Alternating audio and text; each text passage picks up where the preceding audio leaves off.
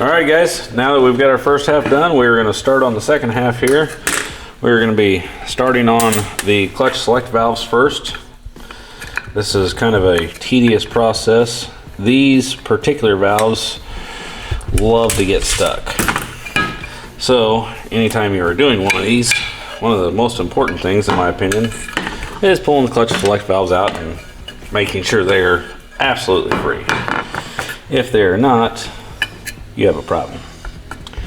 At that point, I will usually go to a Transgo clutch select valve, which is a steel valve, and work it through the bore several times and make sure it's free that way.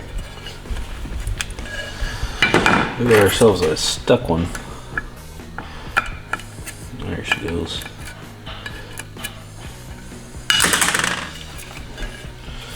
Make sure the valve is nice and clean. I don't see anything on the valve. Make sure we have no ridges on the edges. Valve feels nice. Moves through the bore nicely.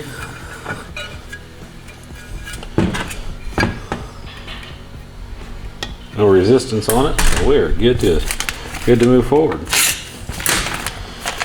We're going to be using the red springs that come in the Sonnax kit, and we're going to be using the new end plugs that come in the Sonnax kit.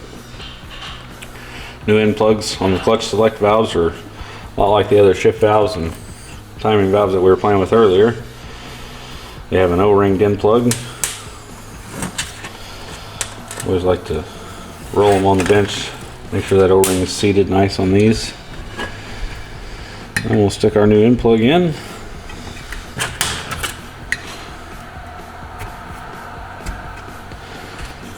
And reuse the factory retainer. One thing I like to do at this point is we're going to grab the blowgun here, take our sonnax vacuum test plate gasket, seal this circuit up as nicely as we can. And we're going to put air pressure on that valve, and we're going to make sure that that valve strokes nice and freely.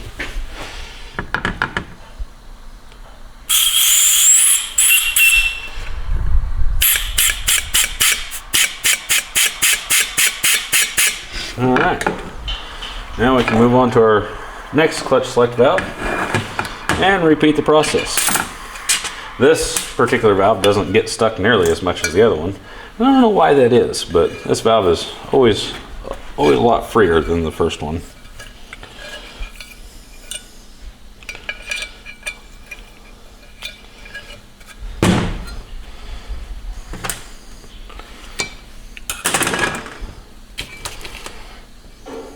New spring,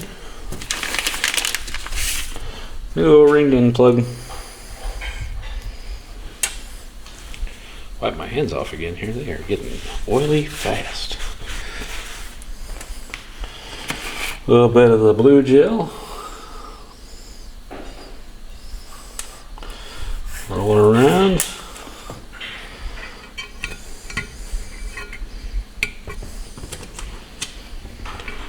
And we're going to put our retainer in here. Same thing as the last one. We're going to block off the channel. Make sure the valve strokes. Alrighty, now that we're done with the clutch select valves, we're going to move on to our lockup valve. Let me get our kits out and organized here, and we'll be right back. Alright, now we're going to move on to our lockup valve. This valve is a known issue with the 6L80 family. This is the valve we were discussing earlier about having issues with vacuum testing. So get this valve out and show you the differences here. This is what your factory valve looks like. The new sonnax valve comes in this particular package.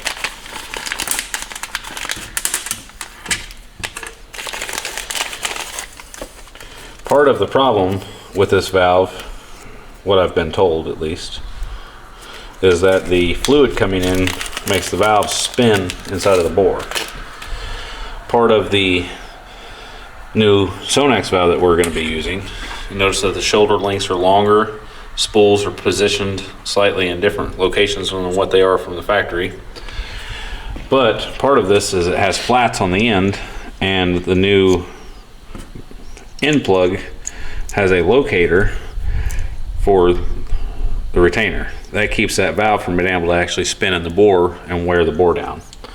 But if the bore is already too big, the valve is not going to seal, and you're just putting pretty much makeup on a bear at this point. I mean, it's not going to work. So, have to vacuum test your bore. We're going to put our new valve in, make sure our flats are where we want them. We're going to put our next valve in, and we're going to put our last valve in plug on top of it. Slide everything in as a whole. Push it down, put the retainer on. Now we're going to make sure that this valve strokes the way it's supposed to.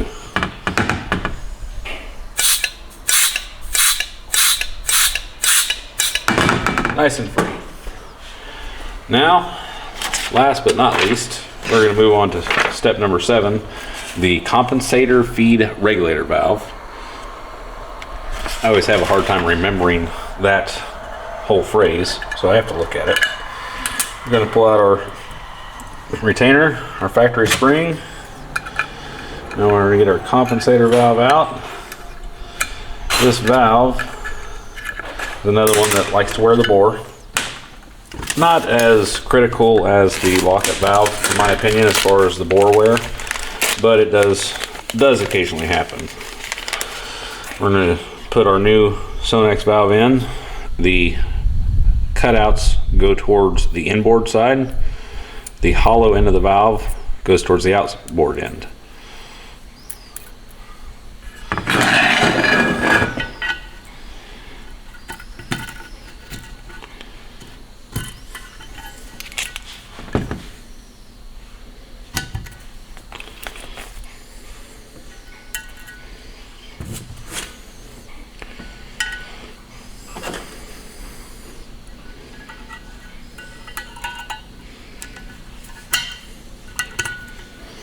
Our spring in place, and that's the extent of that valve. Now that we've got all this done, we can move on to putting our check balls in our valve body. I'm going to move some of this trash off the bench because, well, it's driving me nuts. Before we put our check valves in, I like to put the new center support sleeves in.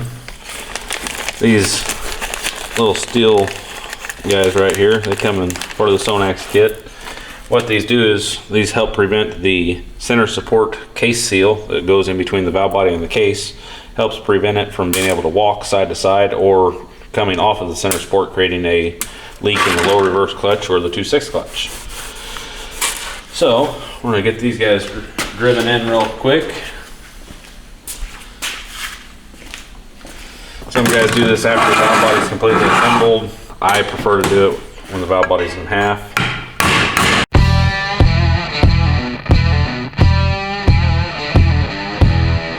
Now that we've got all of these driven in, we're going to find our separator plate and get some check balls in this guy. Alrighty, so with our separator plate in hand, part of the instructions, if you guys want to take the time to read it here, we'll tell you about the 054 orifice.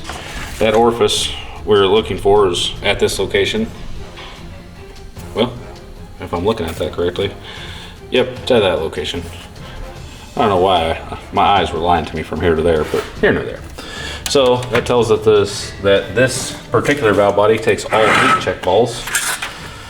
We're going to use the new sonnax Torlon check balls. If you guys have watched our videos in the past, you know that we're a big fan of these particular balls. No pun intended. But we're going to put all these new check balls down to the valve body. These sonnax instructions are very well put together, like I've stated several times in the past here, but they actually have a full check ball diagram in this section of the instructions and in that section of the instructions. So if you don't know where your balls go, Look at your paperwork. It'll tell you. Get our separator plate in place. And we're going to put our top of the valve body on. Get our bolts in the top section here, and then we're going to flip this guy over and set it to the side, and we will start getting our Tecum out.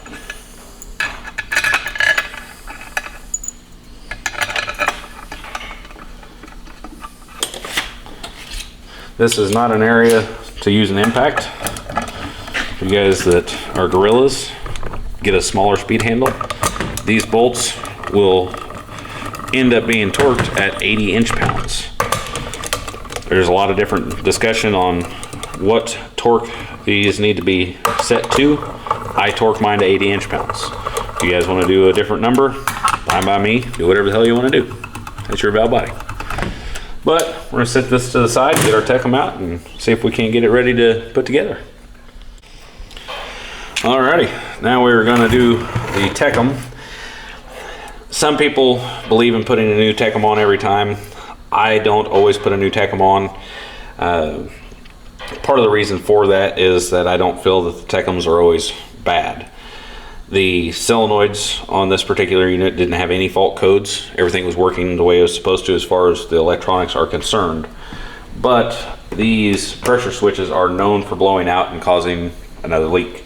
So anytime we rebuild one, I take the time and put new pressure switches in every one. Some people replace the whole Tecum as a whole. Some people just put a new seal on it. I prefer to do the whole sonnax kit and go with it. This is that it is very easy to do something stupid and put 2 pucks in on one hole. I know you guys are saying you can't put 2 pucks in one hole. You can. I've seen me do it more than once. Spread your pucks out on the bench. That way, you don't accidentally put 2 in one hole. We're going to start with getting our original rubber grommet out. We're going to get our pressure switch button or puck or whatever you guys want to call it. Get it moved off to the side just a little bit. Lift up one side. And then pull it out of there. That one did not appear to be broken, so that's a good thing, but we're going to go ahead and remove the switch itself. Make sure that there's no contamination underneath the switch, no chunks of metal or anything like that. Going to put it back in place, and then we're going to make sure that it clicks. Make sure that everything's nice and free. Almost nice and free. If I can keep it in the spot, stay. Okay. Now we're going to put one of our new discs in, pucks or whatever, pressure switches. Going to get this thing in there.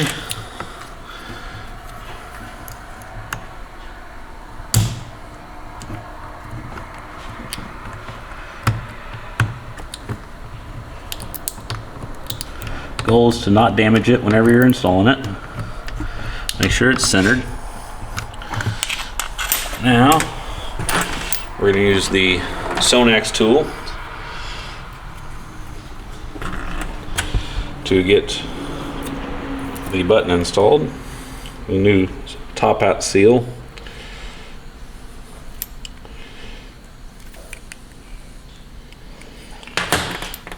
And push it down in. And just like that, our button's installed. We're going to go ahead and get these other 4 done, and then we're going to get back to this other side of the valve body. So we'll be back shortly. Alrighty, ladies and gentlemen, we are back at it yet again. We're going to get our Tecum installed here. Going to start with putting bolts in it.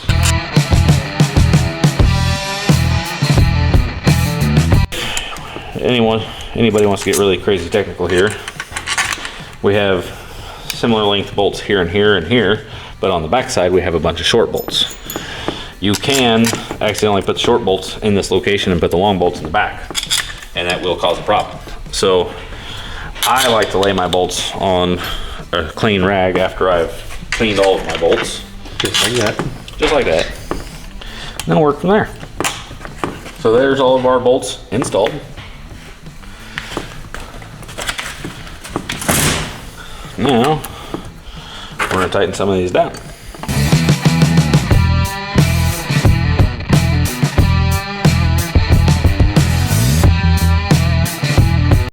Now that we have all of those installed, we're going to put our manual valve in.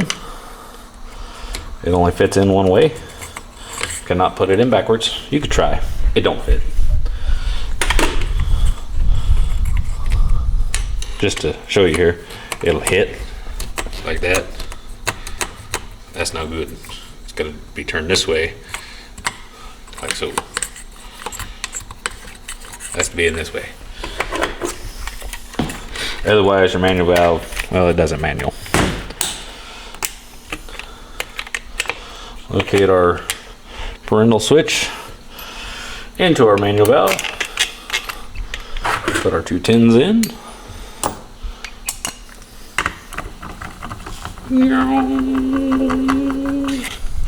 So what's that for? That tells the TCM and the ECM where the shifter is located. So whenever the manual valve moves out of park, it shows reverse on the dash and neutral on the dash and drive and manual and all that kind of stuff. Cool. So very similar to a park neutral safety switch. That's all it is in all reality. It's just a glorified one. So we're going to turn our torque wrench down to 80 inch-pounds. Make sure that we're set on 80. Not feet-pounds. Not feet-pounds. Inch-pounds here. We're going to do our 2 tins first. Oh, do our other 4 tins.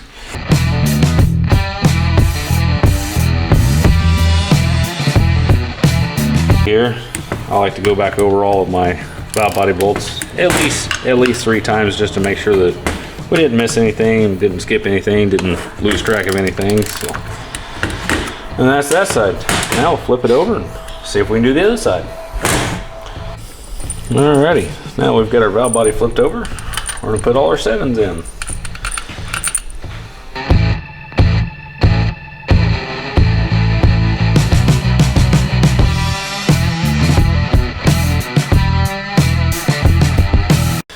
Now we'll torque all of our 7s.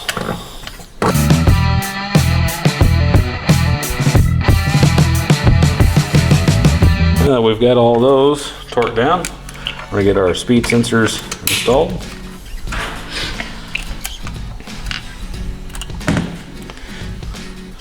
New speed sensors is never a bad idea. If you're looking for speed sensors and you can't find speed sensors, let me know. We use AC Delco speed sensors. We buy them from Transtar. Alan Humphreys always gives us a good deal and makes sure we get taken care of whenever it comes to our electronics. Typically carries AC Delco components just for this very reason. So if you need some speed sensors, let me know.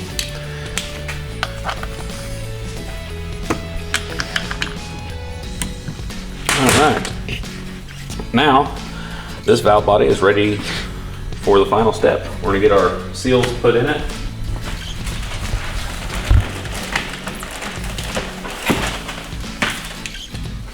This is going in a transmission that we've already rebuilt and it's already on its way into the vehicle, so we can't show you the final steps of installing it onto the transmission, but these guys right here will end up being right there inside of the case. So this valve body is ready to be installed on the transmission.